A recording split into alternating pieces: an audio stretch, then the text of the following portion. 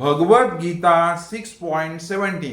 भगवद गीता 6.17 युक्त आहार विहारस्य युक्त आहार विहारस्य युक्त चेष्टस्य कर्मसु युक्त चेष्टस्य कर्मसु युक्त स्वप्नावबोधस्य युक्त स्वप्नावबोधस्य योगो भवति योगो भवति दुःखः दुःखः युक्त आहार विहारस्य युक्त आहार विहारस्य युक्त आहार विहारस्य युक्त आहार विहारस्य युक्त चेष्टस्य कर्मसु युक्त चेष्टस्य कर्मसु युक्त स्वप्नावबोधस्य युक्त स्वप्नावबोधस्य योगो भवति योगो भवति दुःखः दुःखः युक्त आहार विहारस्य युक्त आहार विहारस्य युक्त चेष्टस्य कर्मसु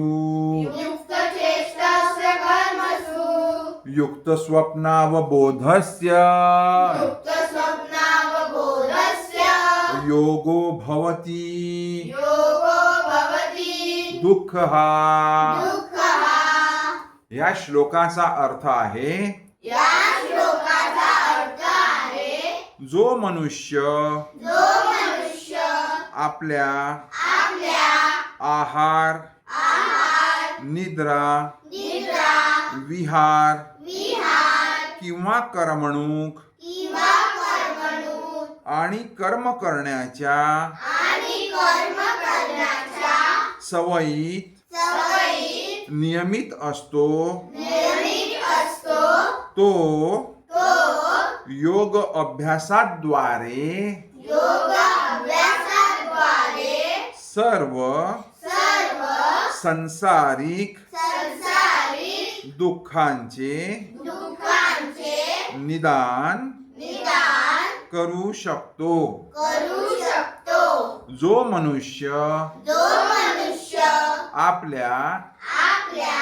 आहार आहार निद्रा निद्रा विहार विहार किंवा करमणूक किंवा कर्मणूक आणि आणि कर्म करण्याच्या कर्म करण्याच्या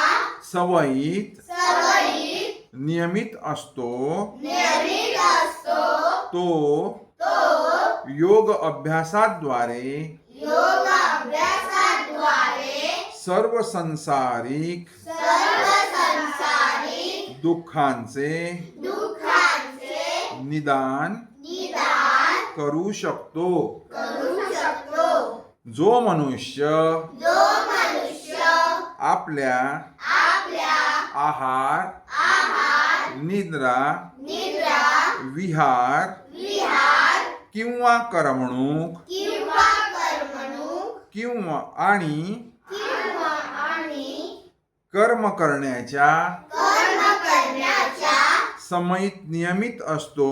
समयीत नियमित असतो तो योग अभ्यासाद्वारे तो योग अभ्यासाद्वारे सर्व संसारिक सर्व संसारिक दुःखांचे दुःखांचे निदान करू शकतो निदान करू शकतो हरे कृष्ण